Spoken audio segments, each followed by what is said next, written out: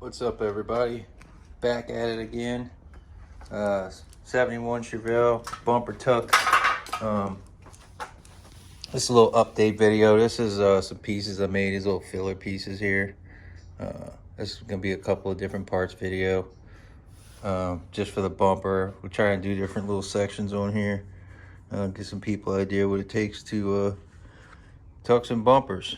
I mean, there's different ways you can tuck this stuff. It's metal, you can move it, do different things with it.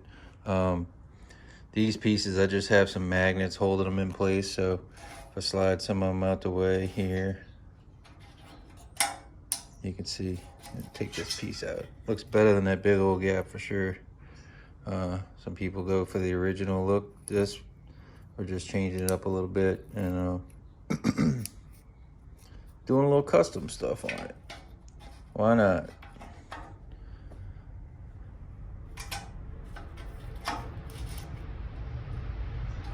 So I use the magnets so I can hold it in place.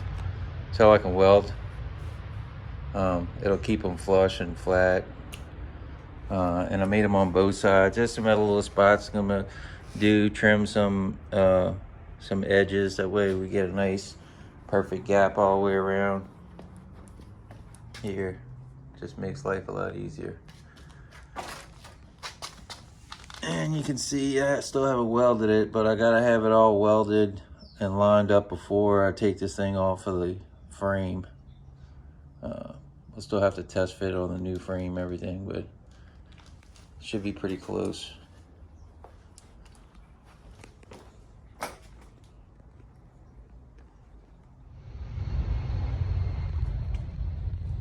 Also shaved some metal, being I brought the bumper in. Some of these gaps were not really consistent, like all the way through here,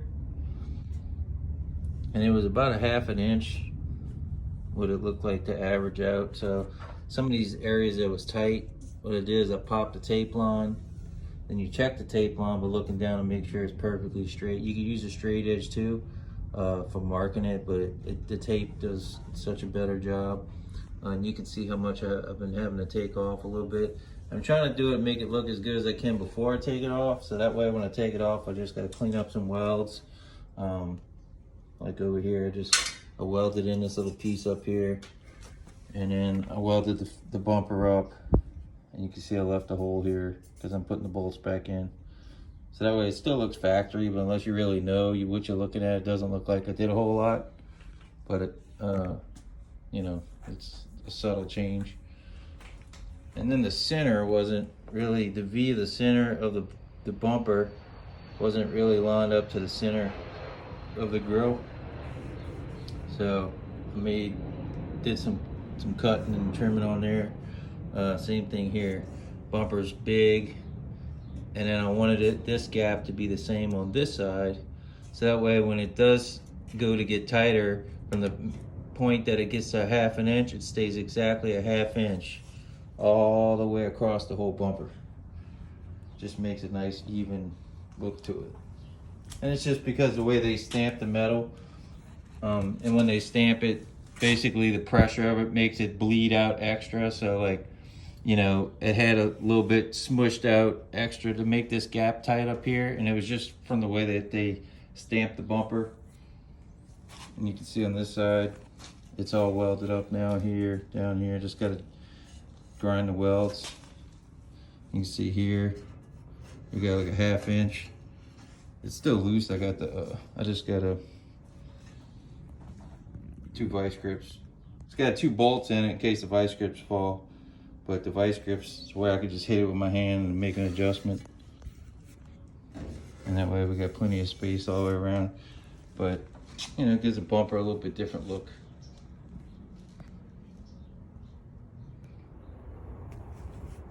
Here, I pulled the bumper off, dressed the welds. I did have to cut some of these brackets. I did some trimming on them in here.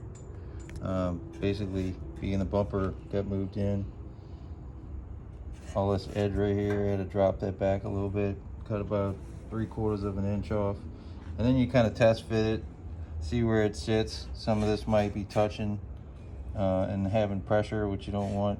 You want it to be able to sit flat and flush with your hole here, which doesn't line up, but it's pretty close. You can see the edge of it right here. So, and that area is pretty flat, so I'm gonna drill a hole through there, oversize the hole on the bracket, and then the square drive bolt will go right in and bolt right back in like nothing ever happened.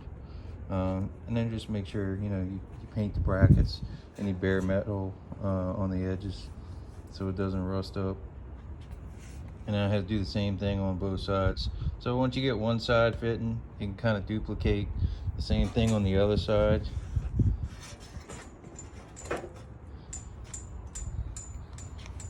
And see how much better it's gonna fit. So, and I also just vice gripped it so it hold it flat and flush against there. That way when I go to use my transfer punch right here and mark it for the center, that the bracket doesn't move anywhere.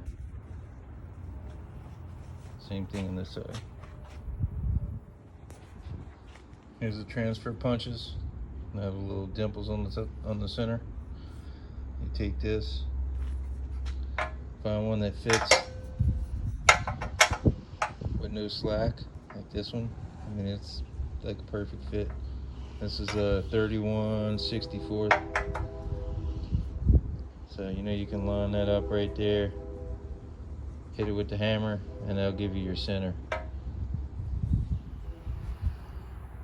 Here's with the bolt in it, top of it, with a new added piece on here.